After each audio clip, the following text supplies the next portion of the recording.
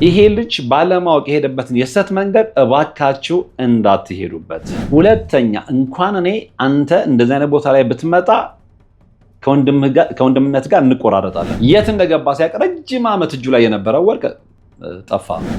አይ በቃ የሆነ ሰው በድልህ ሊጠቀም እድልህን እየወሰደ ነው። ከዚህ በፊት አይቼው አላውቅም።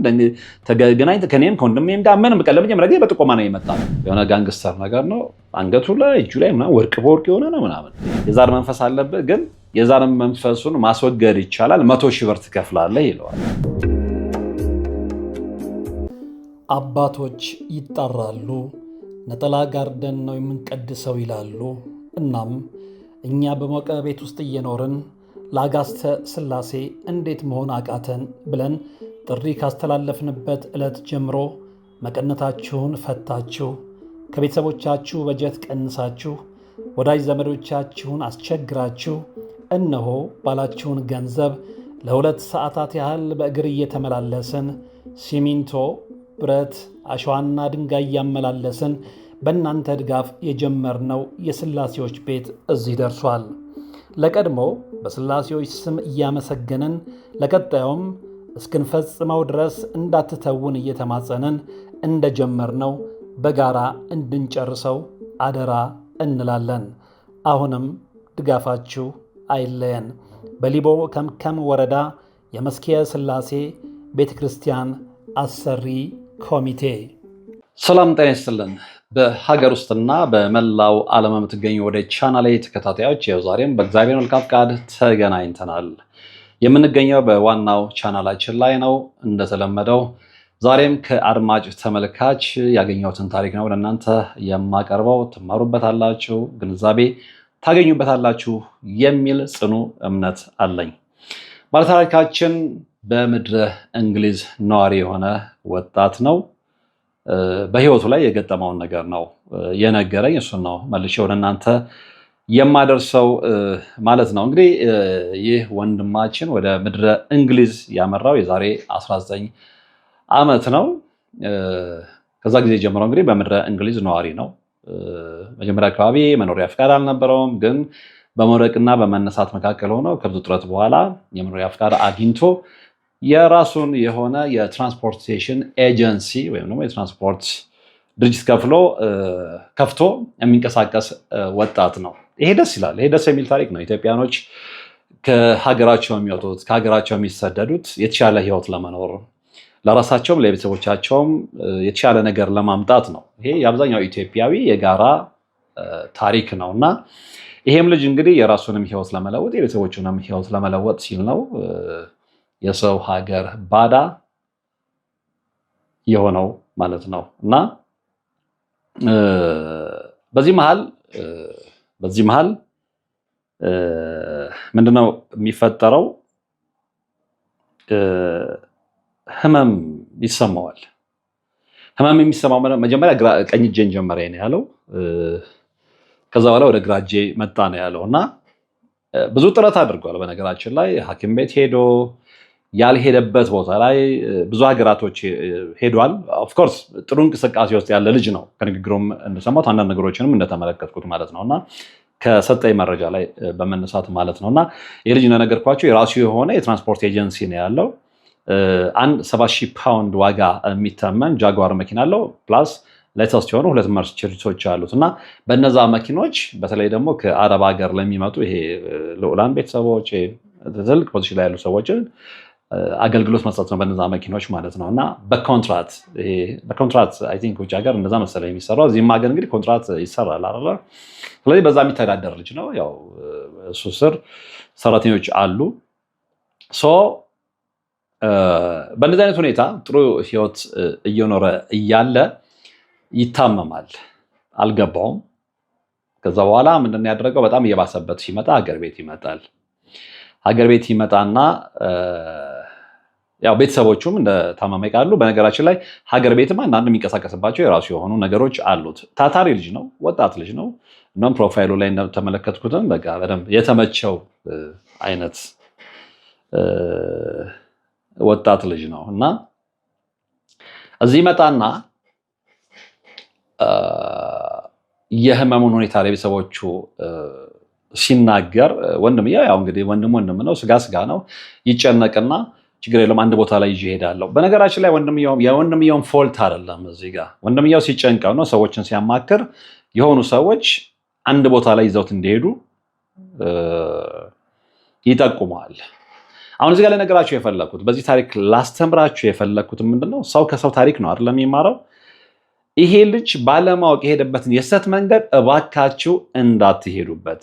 ለምንድን ነው ይሄንን የምላችሁ? ውጤቱን እነግራችኋለሁ። ከዛ በኋላ የተከሰተው ነው ማለት ነውና ከታላቅ ወንድሙ ጋር እዚህ ቦታ ላይ ይሄዳል።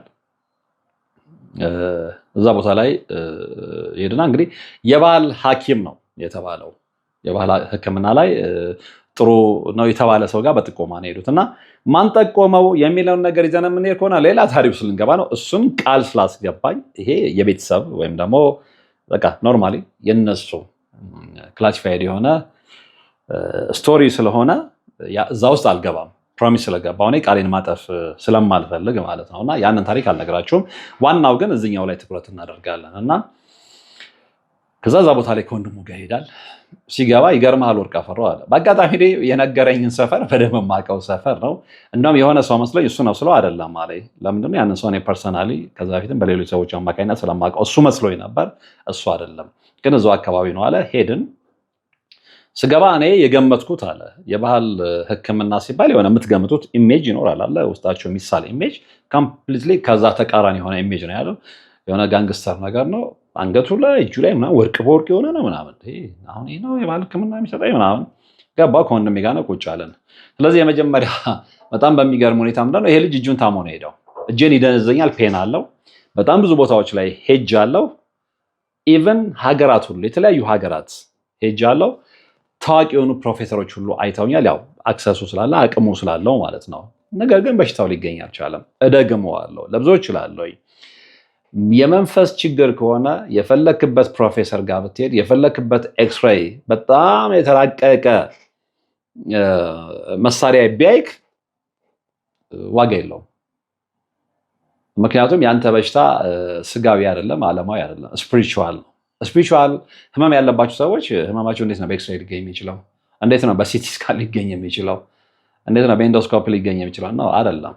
ለዚህም ነው መንፈሳዊ ህይወታችን ላይ በደንብ ብዙ ነገሮች ሊገቡን ይገባል። ግራ ቀኝ፣ ፊት ኋላ በደንብ መመልከት መመርመር ይኖርብናል። ይሄ ትሬንድ ይሄ ልምድ ሊኖረን ይገባል የምለው ለዛ ነው። እና ብዙዎች ለምንድን ነው ሀብት ስላላቸው ገንዘብ ስላላቸው አቅሙ ስላላቸው ምናምን የሆነ ቦታ ላይ ሄደው የሚድኑ ነው። እግዚአብሔር በህይወት ጣልቃ ካልገባ አትድንም፣ ካልገባ አትድንም።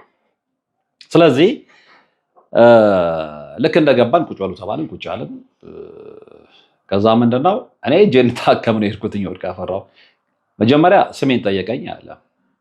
ከዛ ይሄ ልጅ እንግሊዝ ሀገር የሚጠራበት ስም አለው፣ ትክክለኛ ስሙ ግን ሌላ ነው እና ያው በቤት ስሙ ምናምን የሚጠራበታል። ያንን ስም ሲነግረው ነው ትክክለኛ ስምህን እንደውም እኔ ራሴ ደንግጬ እንዴት አወቀን ያልኩትኝ። እንዴ ስምህ ሌላ ስም እንደሆነ እኔም የመጀመሪያ ሾክ ያደረገኝ የደነገጥኩትም እሱ ነው አለ። ከዚህ በፊት አይቼው አላውቅም። ተገናኝተን ከእኔም ከወንድሜም ጋር ምንም በቃ ለመጀመሪያ ጊዜ በጥቆማ ነው የመጣ ነው። ለወንድሜ ሰዎች ጠቆሙት።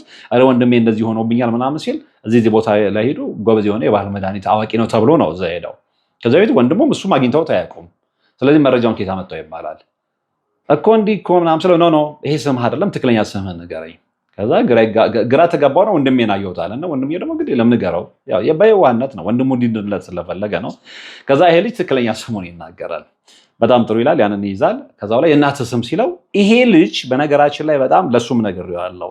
እንዲህ የገባቸው ሰዎች መንፈሳዊ አይናቸው የተከፈተላቸውን ሰዎች ስታገኙ ልፋታችሁ ውጤት እንዳገኘ ስለምታውቁ ደስ ይላችኋል። እና ደስ ነው ያለኝ።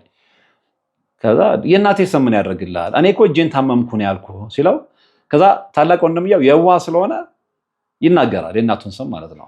ሁለቱን ይዘና ቀጥታ ምንድን ነው ያለው? የቤተሰብ የዛር መንፈስ አለባችሁ፣ ያንተን እጅህን የያዘው የዛር መንፈስ ነው ይለዋል። እና ይሄ ልጅ ይናደዳል። እኔ እኮ እጄን አመመኝ ነው የምልህ፣ ምንድን ነው የምታወራው? ከዛ እንዲህ በቃ ያለው እውነት ይሄ ነው። ስለዚህ መድኃኒት አለው፣ መድኃኒት ይሰራላችኋል። ኦፍኮርስ እኔ አሁን ለምሳሌ እዚህ ጋር አንድ የምስማማበት ነገር ምንድነው እውነተኛ የገባቸው ሰዎች በዚህ ጉዳይ ላይ የዛር መንፈስ እንዳለብህ ሊነግሩህ የሚችሉት ምንድነው ወይ ጸበላ ጠምቀውክ ወይ ደግሞ ቅባ ቅዱስ እንዲህ ስፒሪቹዋል የሆነ ቦታ ላይ ያ ነገር ሊታወቅ ይችላል። ይሄ ልጅ ግን በጣም ዘመናዊ ልጅ ነው እንደነገርኳችሁ። ይሄን ነገር ይነግረውና የዛር መንፈስ አለብህ፣ ግን የዛር መንፈሱን ማስወገድ ይቻላል፣ 100,000 ብር ትከፍላለህ ይለዋል። አሁን የልጅ መጠራጠር ይጀምራል። ምን 100,000 ብር? እኔ አመመኝ የምልህ እጄን እኮ ነው ነገርኩህ። የእጅ ህመም የመጣው ቤተሰባችሁ ላይ ካለው የዛር መንፈስ ነው ይለዋል። ይሄ ልጅ አልተዋጠለትም። እኔ ወይ በቃ ይዤ እመጣለሁ ይልና ከወንድሙ ጋር ይወጣሉ። ከዛ ወንድሙ በቃ የሆነ ነገር ገባኝ ነው ያለኝ። ሁለተኛ እንኳን እኔ አንተ እንደዚህ አይነት ቦታ ላይ ብትመጣ ከወንድምነት ጋር እንቆራረጣለን ይላል። ልጁ ደግሞ ያው እኔ እኮ እንዲህ መስሎኝ ነው ምናምን ተግባቡ። ኤኒዌይ በቃ ከዛ ወዲያ አልተመለስንም ያለው። ከፈልኩ ወይ ሲለው ኧረ እንዴት ነው የምከፍለው? ለጠንቋይ ልክፈለው ነው ያለው። ይሄ ጠንቋይ ነው ያለው ቃል በቃል። ከዛ ተመለሰ እና ወደ ሀገር ቤት ሄደ። ማነው ወደ እንግሊዝ፣ ወደ ምድረ እንግሊዝ ሄደ። ከሀገር ቤት ለቆ እንግሊዝ ተመልሶ ሄደ። ያው በቃ ውጤት አላገኘም። የመምህር ግርማን አዘውትሮ ስለሚከታተል የገባው ነገር አለ ይሄ ልጅና መጠራጠር ጀምሯል። ይሄ ነገር ሊሆን የቻለው በዚህ ምክንያት ሊሆን ይችላል እና መበርታት ያለብኝ በጸሎት ነው ይልና የእሳቸውን ትምህርት የእሳቸውን ቪዲዮ እያየ በጸሎት በስግደት መትጋት ይጀምራል። እና መትጋት ሲጀምር ምልክት ማየት ይጀምራል። እሱ ብቻ አይደለም። ልክ የሚገርማችሁ እዛ ሄዶ እንደተመለሰ 2 ዓመት ሙሉ በሰላም ሲሰራ የነበረው 2 ዓመት ከገዛው 2 ዓመት የሞላው በደንብ ይሰራበት የነበረው ውድ እንግዲህ 70,000 ፓውንድ ቀላል አይደለም እና በዛ ዋጋ እንግዲህ ሊያውም ደግሞ በዛን ዘመን ዋጋ ማለት ነው። አሁን ያንን መኪና ዋጋ ያለበትን ፕራይስ መገመት ይችላል፣ ሊጨምር ይችላል ብዬ ነው የማስበው። እና በዛ ጊዜ የዛሬ 16 ዓመት ምናምን 70,000 ፓውንድ ቀላል አይደለም እና ያ መኪና ይሰረቃል። የመጀመሪያው ምልክት ይሄ ነው። ለምንድን ነው መጣ እዚህ ሰውዬ ጋር ባህላ ምናምን የተባለው ጋር ሄደ፣ የእናቱን ስም ተጠየቀ፣ የእሱን ስም ተናገረ። እንግዲህ ሰውዬው እኔ የራሴ ግምት አለኝ። ያ ከሆነ በኋላ ብዙ ነገሮች ያብራራል። ምናልባት ይሄ ሰውዬ የስልብና መንፈስ ልኮበት ይሆን የሚል ግምት የራሴን ግምት ነው። ይህን ያልኩበትን ምክንያት እነግራችኋለሁ። ስለዚህ ሲሄድ የመጀመሪያ ያጋጠመው ነገር ምንድነው? 70,000 ፓውንድ የገዛው የሚያከራየው ሰዎችን የሚያመላልስበት በራሱ የትራንስፖርት ድርጅት በኩል የሚያመላልስበት ጃጓር መኪናው ተሰረቀ። በጣም ነው የደነገጠው። አንድ ይሄን ያዘ። ከዛ በኋላ ምንድነው የሆነው? ወርቅ ይጠቀም ነው፣ ትልልቅ ቼኖች ማለት ነው እጁ ላይ ብራስሌት እና የት እንደገባ ሲያቅ ረጅም ዓመት እጁ ላይ የነበረው ወርቅ ጠፋ። 2 የሰላቢ መንፈስ ሊሆን ይችላል የሚል ሁለተኛ ግምት አስቀመጥኩኝ። ከዛ በኋላ ካምፓኒው የከሰረ መምጣት ጀመረ። እንግዲህ ሰክሰስፉሊ ከ2 ዓመት በላይ የሰራ ልጅ ነው ያለምንም ገጭጓ ማለት ነው። ስለዚህ ይሄ ኢንሲደንት ነው አይደለም፣ የነገሮች መደጋገሙን በቃ በሆነ አጋጣሚ የተከሰተ ነው ብዬ መቀበል ለእኔ ይከብደኛል። ለአንዳንድ ሰው ሊሆን ይችላል። ታዲያ ምን ይገርማል? መኪና ሊሰረቅ ይችላል፣ ወርቅ ሊጠፋ ይችላል፣ ካምፓኒ ሊከስር ይችላል ነው። ለእኔ ግን ይሄ ተራ ግጥሞች አይደለም። ለእኔ ሀገር ቤት መጥቶ የሄደበትን ቦታ ነግሬያቸዋለሁ። ከዛ ከተመለሰ በኋላ ነው እንግዲህ ከ2 ዓመት በላይ ይሄ ልጅ ሲሰራ ምንም አይነት ኪሳራ አጋጥሞት አያውቅም። ምንም አይነት እንቅፋት አጋጥሞት አያውቅም። ከዛ እንዳልኳችሁ መኪናው ተሸጠ፣ ወርቁ ጠፋበት፣ ትልቅ ወርቅ። ከዛ ካምፓኒው እየከሰረ መምጣት ጀመረ። 2 ማርቼዲሶች አሉ ብያቸዋለሁ። 2ቱም ማርቼዲሶች ኖርማሊ በቃ ከጥቅም ውጭ መሆን ጀመሩ እና ይሄ ልጅ እንዴ ምንድን ነው በህይወቴ ላይ የተከሰተው ብሎ ስለገባው የመምህር ግርማ ስፔሻሊ የመምህር ግርማን ትምህርት ስለሚከታተል መቀጥቀጥ፣ መስገድ፣ መጸለይ ይጀምራል። እንግዲህ ይኸውላችሁ ልበቀና መሆን መልካምነቱ ለዚህ ነው። የሆነ ነገር ሲገባ ያንን አፕላይ ማድረግ፣ ትክክለኛውን መንገድ በቅንነት ተቀብሎ እዛ መስመሩት መግባቱ ዋጋ ይሰጣል የምንለው ያለ ምክንያት አይደለም። እና ይሄ ልጅ ያንን ማድረግ ሲጀምር ህልም ማየት ይጀምራል። ህልሙ ምንድን ነው? በጣም በሚገርም ሁኔታ የመጀመሪያው በተከታታይ 3 ህልሞችን ያየው። የሚገርማችሁ 3ኛውን ህልም ያየው ትላንትና ነው። ዛሬ ሐሙስ ነው አይደል? ዛሬ ሐሙስ ነው። ይሄን ፕሮግራም እየሰራው ያለሁት ዛሬ ሐሙስ ነው። አመለቅላችሁ አርብ ቀን ነው። ምክንያቱም ሐሙስ የሰራሁትን ነው አርብ ቀን የምለቀውና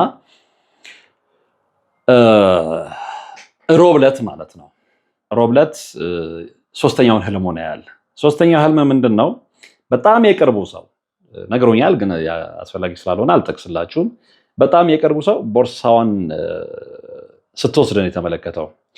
ቦርሳውን ከመውሰዷ ዋሌቷን በገንዘብ የተሞላ ዋሌቱን ከመውሰዷ በፊት ግን ምንድነው የቤት ፋይል የሀገር ቤቱ ማለት ነው እዚህም ቤት አለው እና የቤቱ ካርታ ሲጠፋ ይመለከታል። እንዲህ ምንድነው ይሄ ነገር ሊሆን የቻለው ብሎ ሲመራ በህልሙ ነው ይሄ ሁሉ በነገራችን ላይ። ከዛ በኋላ ግን ፓውንድና ዶላር የያዘው ቦርሳ የሚያውቃት ላይ በጣም የቀርቡ ሰው ከኪሱ አውጥታ ስትወስድበት ይመለከታልና ይደነግጥና ተነስቶ ቀጥታ ማጋ ነው የሚደውለው የቆቃውን ቆሞስ አባ ሳሙኤልን ብዙዎቻችሁ ታውቋቸዋላችሁ። ትልቅ አባት ናቸው፣ ትልቅ መምህር ናቸው። ብዙዎችን መንፈሳዊ አገልግሎት ሲሰጡ የምናውቃቸው፣ የብዙዎችን መንፈስ ሲሸኙ የምናውቃቸው አባት ናቸው እና እሳቸው ጋር ይደውልና አባ እንዲህ አይነት ህልም አየሁ ሲላቸው ይነግሩታል። ምንድን ነው? አይ በቃ የሆነ ሰው በድልህ ሊጠቀም እድልህን እየወሰደ ነው እና በርታ የሚል ምክር ነው የሰጡት። እሱም ገብቶታል፣ ግን ያው ከአባቶች ማረጋገጥ ስለፈለገ ነውና እሳቸው ያንን ይሉትና የሆነ ሰው በድልህ ሊጠቀም እየፈለገ ነው፣ እድልህን እየወሰደ ነው። ስለዚህ ስገድ፣ ቀጥቅጥ፣ ተንበርከክ፣ ጸልይ የሚለውን ነገር። ስለዚህ የልጅ እየበረታ ይመጣል። እየበረታ ሲሄድ ይሄ ሶስተኛው ህልሙ ነው እንደነገርኳችሁ በቅርቡ ያየው በጠቀስኩላችሁ ቀን ያየው እንጂ ከዛ በፊት ምንን ይመለከታል? የመጀመሪያ ቀን ካሽ ማሽን አለ አይደለ? ከካሽ ማሽን ውስጥ ገንዘብ ያውጣና ለተቸገረ ሊሰጥ፣ ይሄም በህልሙ ነው በነገራችን ላይ። ሊሰጥ ሲል ሰውየው ራስታ ነገር ነው፣ ጠቆር ያለ ነው፣ ራስታ ነገር ነው አለና ይመጣና እንትኑ ይወስድበታል፣ ቦርሳውን ዋሌቱን ይወስድበታል፣ ታግሎ ማለት ነው። ያው ሌባ ሲሰርቃችሁ እንደዛ ገምቱት። እና ይወስድና ምንድን ነው የሚያደርገው? አብዛኛውን ገንዘቡን ይወስድበትና ትንሽ ገንዘብ ነው የመለሰልኝ አለ። ትንሽ ገንዘብ መለሰልኝ አለ። ይሄ ነገር ምን ሊሆን ይችላል? እና ከዛ በኋላ ይሄ ልጅ የበለጠ እየበረታ ይመጣል። እና የመጀመሪያ ህልሙ ይሄ ነው በነገራችን ላይ። ራስታ አይነት ሰው ከካሽ ማሽን ውስጥ ያወጣውንና ለተቸገሩ ሰዎች ይሰጣለሁ ብሎ የያዘውን ገንዘብ ሲቀማ ይመለከታል። አንድ በሉ። ሁለተኛው በጣም መጸለይና በጣም መስገድ ሲጀምር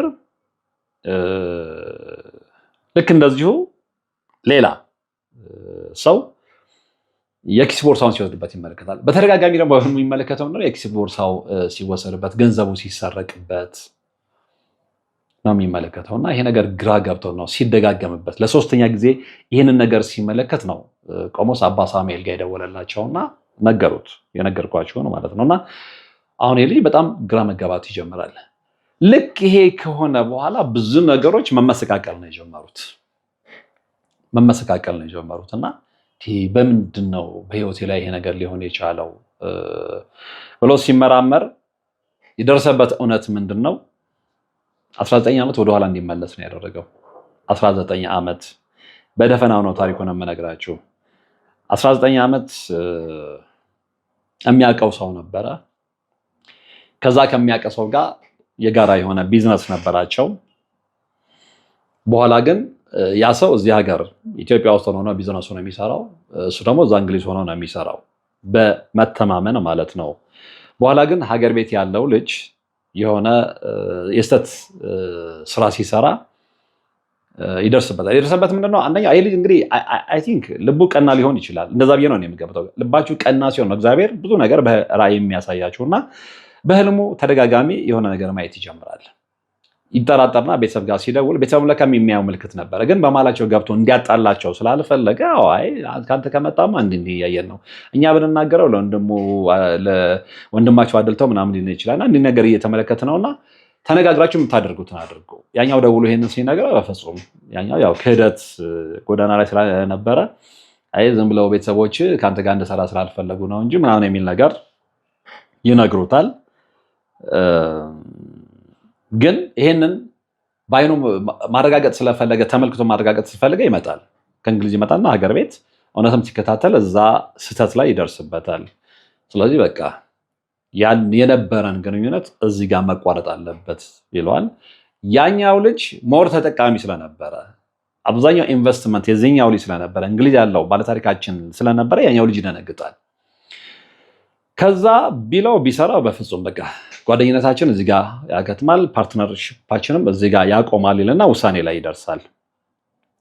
በዚህ መሀል ምን ይሆናል? ይሄ ልጅ እዚሁ እያለ ይሄ ቢዝነሱ አብሮት ይሰራው የነበረው ልጅ ሀገር ቤት ያለው ልጅ በዚህ ልጅ የቅርብ ሰው በኩል ለካ ይህንን ነገር ሲያወራ አንድ ሰው ይህን ልጅ ያመጣውና የት ይዞት ይሄዳል?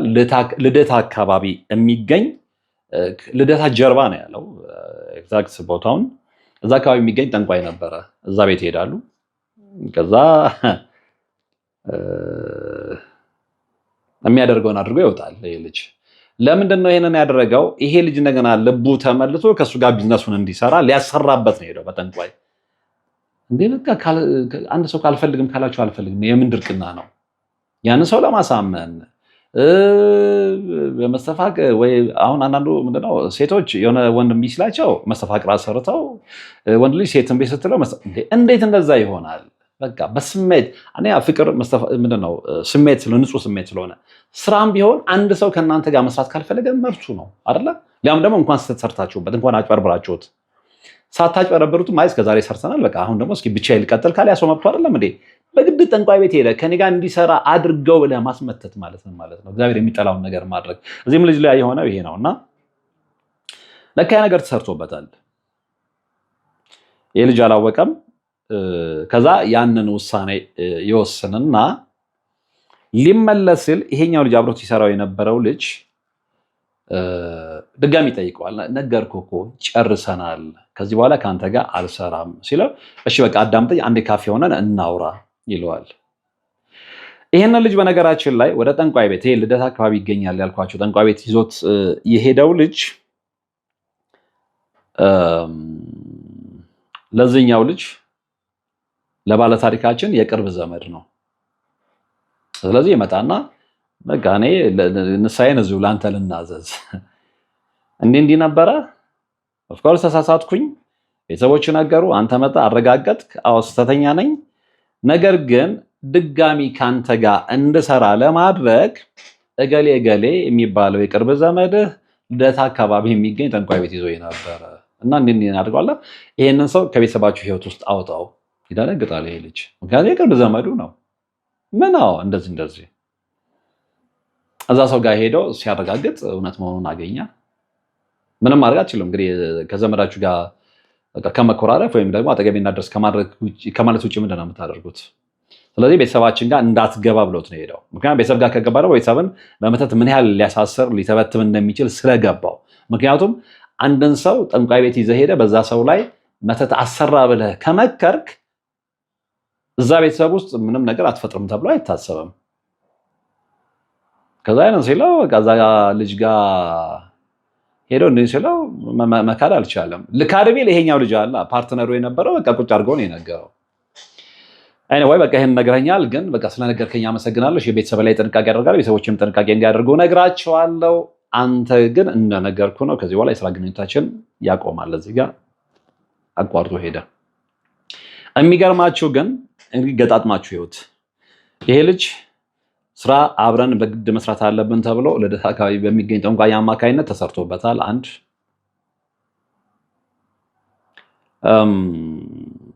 ሀገር ቤት እጁን ታሞ መጥቶ በነበረበት ሰዓት ላይ የሄደበት ቤት የእናትና የእሱ ስም ተጠይቆ ያ ሰውዬ የሆነ ነገር አድርጓል፣ 100 ሺህ ብር ክፈሉ ተብሎ ነበረ። 100 ሺህ ብር አንከፍልም ብለው በዛው ቀርተዋል። ያ ሰውዬ እኔ ጥርጣሬው ስላለኝ ነው ምንም ነገር ካላደረገበት እዛ ሰውዬ ጋር ደርሶ በተመለሰ በጣም በአጭር ጊዜ ውስጥ መኪናው አይሰረቅም፣ ካምፓኒው አይከስርም፣ ማርቼዲሶቹ ብዙ ነገራቸው ከመስመር አይወጣም ብዬ ነው የምገምተውና በዚህ ታሪክ ልነገራቸው የፈለኩት እንግዲህ ወርቁ ሁሉ ጠፍቷል ብያቸዋለሁ። ይሄ ሰላቢ መንፈስ ነው። እኔ እንደምረዳው እጁ ላይ እድሜ ልኩን የኖረ ወርቅ ዝም ብሎ ከመሬት ተነስቶ አይጠፋም። ነገሮች ደግሞ ዝም ብሎ አይገጣጠሙም። ለምሳሌ እናንተ እዚህ ቦታ ላይ አያድርገውና ራሳችሁን ተከታችሁ እንትን ብትሉ በጣም በውድ ዋጋ የገዛችሁበት ረጅም ዓመት የሰራችሁበት ሰው የሚያውቀው ውድ መኪናችሁ ቢሰረቅ፣ ልክ እሱ መኪና እንደተሰረቀ ካምፓኒያችሁ ቢከሰር፣ ካምፓኒያችሁ እንደከሰረ እጃችሁ ላይ ያለው ወርቅ ትልቅ ወርቅ ብዙ ገንዘብ ያወጣችሁበት ወርቅ ቢጠፋ ከዛ በኋላ በተደጋጋሚ አሁን የነገርኳችሁን አይነት ዋሊታችሁ የተሰረቀ የቤት ካርታችሁ የጠፋ ህልም ብታዩ ይሄንን ዝም ብሎ ከመሬት ተነስቶ የተገጣጠመ ነገር ነው ብላችሁ ነው የምታምኑት?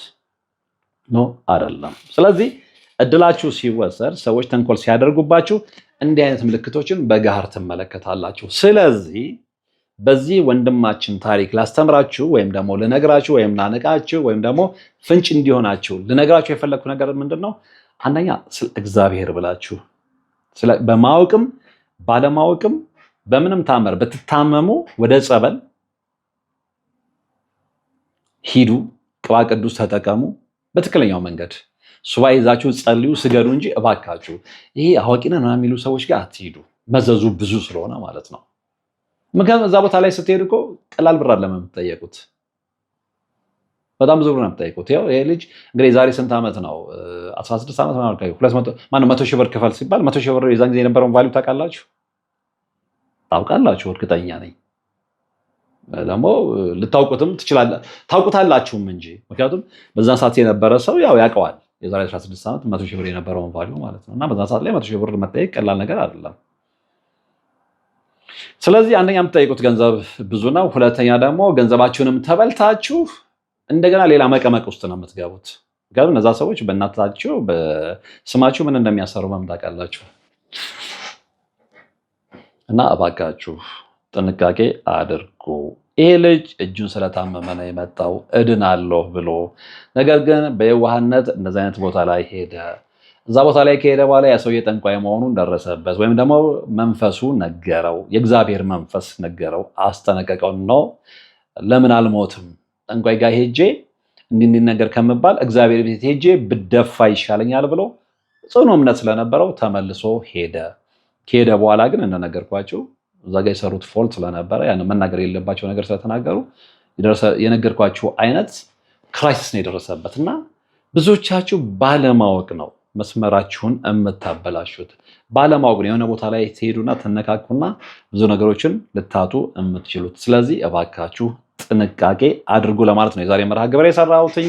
ሌሎቻችሁም እንደዚህ ማስተማሪያ ማንቂያ በራሳችሁ ላይ ደረሰ ግን ሌሎች ላይ እንዳይደርስ የምትፈልጉት ነገር ካለ ደውሉልኝ፣ አግኙኝ፣ ንገሩኝ፣ ሌሎችን አነቃበታለሁ። እናንተ የሰራችሁትን ስህተት እንዳይደግሙ እንመካከራለን ማለት ነው። እንግዲህ የዛሬው መርሃ ግብር የተከታተላችሁት ነበረ። በቀጣይ በሌላ መርሃ ግብር እንገናኛለን። እስከዛው ግን ሁሌም እንደምለው ሰላም ሁኑ። አባቶች ይጣራሉ፣ ነጠላ ጋርደን ነው የምንቀድሰው ይላሉ። እናም እኛ በሞቀ ቤት ውስጥ እየኖርን ለአጋስተ ሥላሴ እንዴት መሆን አቃተን ብለን ጥሪ ካስተላለፍንበት ዕለት ጀምሮ መቀነታችሁን ፈታችሁ፣ ከቤተሰቦቻችሁ በጀት ቀንሳችሁ፣ ወዳጅ ዘመዶቻችሁን አስቸግራችሁ እነሆ ባላችሁን ገንዘብ ለ2 ሰዓታት ያህል በእግር እየተመላለስን ሲሚንቶ፣ ብረት፣ አሸዋና ድንጋይ እያመላለስን በእናንተ ድጋፍ የጀመርነው የሥላሴዎች ቤት እዚህ ደርሷል። ለቀድሞ በሥላሴዎች ስም እያመሰገንን ለቀጣዩም እስክንፈጽመው ድረስ እንዳትተውን እየተማጸንን እንደጀመርነው በጋራ እንድንጨርሰው አደራ እንላለን። አሁንም ድጋፋችሁ አይለየን። በሊቦ ከምከም ወረዳ የመስኪየ ሥላሴ ቤተ ክርስቲያን አሰሪ ኮሚቴ